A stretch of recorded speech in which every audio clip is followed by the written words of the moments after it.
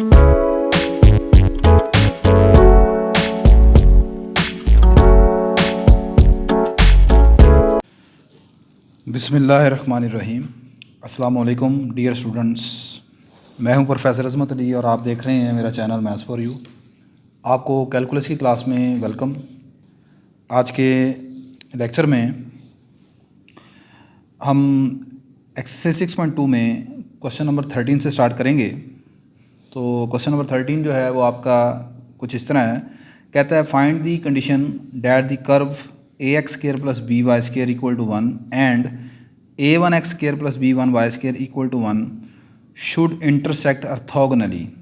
आपने प्रूफ ये करना है कि ये दो कर्व दी हैं, एक में कोफिशिएंट्स ए और बी हैं और दूसरी जो है उसमें कोफिशिएंट्स ए वन और बी वन हैं। ये दोनों कर्व ऑर्थोगोनली इंटरसेक्ट करती हैं। तो आपने वो कंडीशन बतानी है कि किस कंडीशन, कौन सी ऐसी कंडीशन रखी जाए कि ये दोनों कर्व ऑर्थोगोनली इंटरसेक्ट करें। अब यहाँ पर आप जानते हैं कि मैंने लास्ट लेक्चर में आपको बताया था कि दो कर्व के दरमियान एंगल से क्या मतलब होता है। सबसे पहले जो वर्ड ऑर्थोगोनल है ये इसका मतलब है परपेंडिकुलर। मतलब आपने वो कंडीशन बतानी है जिसके लिए दोनों कर्व परपेंडिकुलर एक दूसरे को कट करती हैं, यानी उनके दरमियान बनने वाला एंगल 90 डिग्री का है।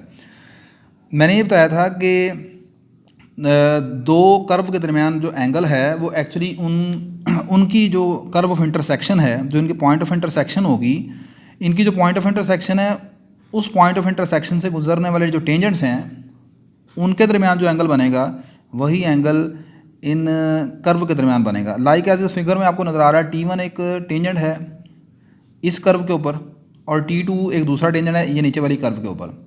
ये दोनों कर्व इस पॉइंट के ऊपर आपको कट करती हुई नज़र आ रही हैं इस पॉइंट पर। अब इस पॉइंट के ऊपर इन दोनों कर्व के दरमियान जो एंगल बन रहा है वो एंगल वही होगा जो इन दोनों टेंजेंट लाइन के दरमियान होगा और वो यहाँ पर है 90 डिग्री का एंगल। ठीक है जी। तो आपने यहाँ पर ये प्रूफ नहीं करना कि इनके दरमियान एंगल 90 डिग्री का है। वो कहता है कि अगर एंगल 90 डिग्री का है तो फिर आप बताएं कि वो कंडीशन कौन सी होगी।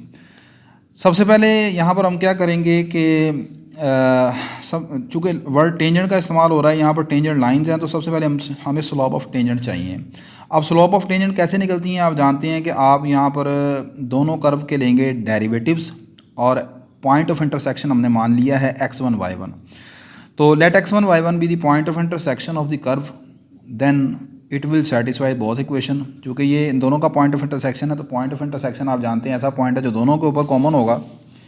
तो पहली इक्वेशन में भी आपने x1 y1 पुट कर दिया तो वो बन गया ax1 का स्क्वायर प्लस by1 का स्क्वायर इक्वल टू 1। और इसी तरह जब आप यहाँ पर पुट करेंगे तो ये आ जाएगा a1 x1 का स्क्वायर प्लस b1 y1 का स्क्वायर इक्वल टू 1। ठीक है जी। अच्छा हेयर, अब मैं जो पहली वाली कर्व है आपके पास, ये जो पहली है ax square plus by square equal to 1, इसको डिफरेंशिएट करने लगा हूँ विद रिस्पेक्ट टू x। तो इसे हम x के लास्ट से डिफरेंशिएट कर देते हैं तो ये आ जाएगा 2ax प्लस 2by, y का डेरिवेटिव आ गया dy/dx और 1 का डेरिवेटिव 0 आ गया। पूरी इक्वेशन को 2 से डिवाइड कर दिया, ये आ गया ax plus by dy/dx equal to 0।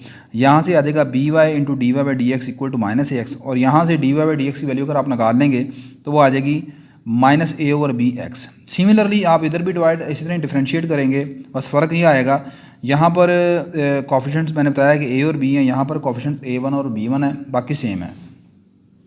ले जी, जब आप ये डेरिवेटिव आपका ये आ जाएगा पहला माइनस ax/by। अब इस डेरिवेटिव में आप ये point of intersection x1 y1 put कर दें तो आपका ये आ जाएगा minus a time x1 over minus b time y1। ये आपके पास निकला ये स्लोप ऑफ टेंजेंट और इसे मैं m1 से डिनोट कर लेता हूँ।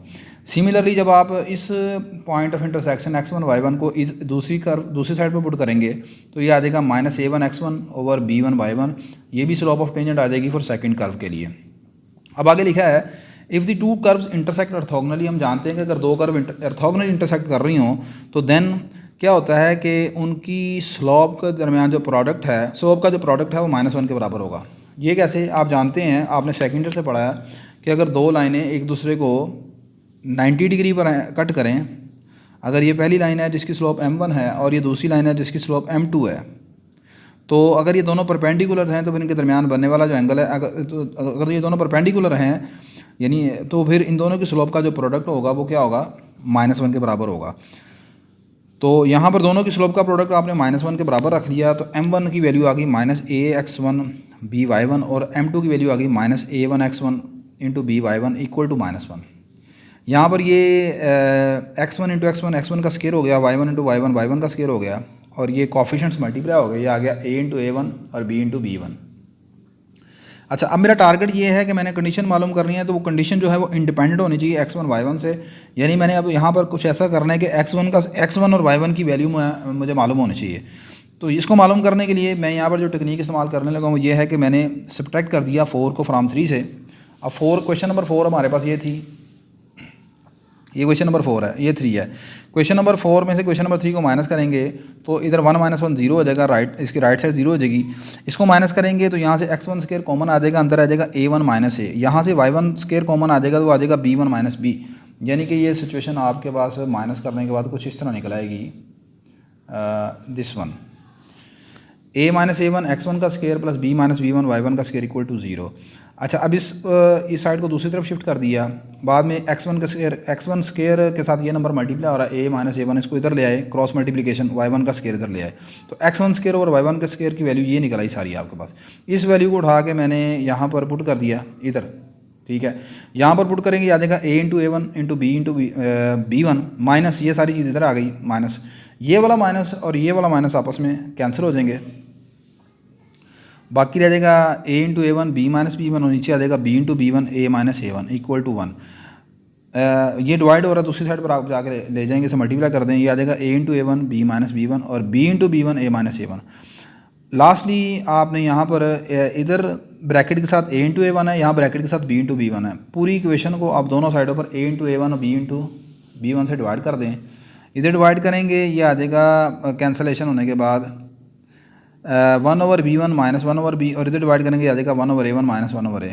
तो अब यहाँ पर जो जिनके नीचे सफिक्स a1 और a1 b1 उनको एक साइड पर कर लें और बगैर सफिक्स वाले 1/a को दूसरी तरफ ले जाएं, तो ये रिक्वायर्ड कंडीशन है जी कि 1/a - 1/b इक्वल होना चाहिए 1/a1 - 1/b1 के। अगर ऐसा हो तो फिर आपकी जो दी हुई कर्व थी वो ऑर्थोगोनली इंटरसेक्ट करेंगी। तो आज के लेक्चर में हम यहाँ तक ही इसको एंड करते हैं। इंशाल्लाह नेक्स्ट लेक्चर में हम pedal equation of the curve के मुतालिक डिस्कशन करेंगे, तो वो एक सेपरेट टॉपिक है जिसको मैं यहाँ पर नहीं डिस्कस कर रहा, ठीक है। तो वीडियो अगर आपके लिए हेल्पफुल हुई तो लाजमी से लाइक कर दीजिएगा। अल्लाह हाफिज़ जी।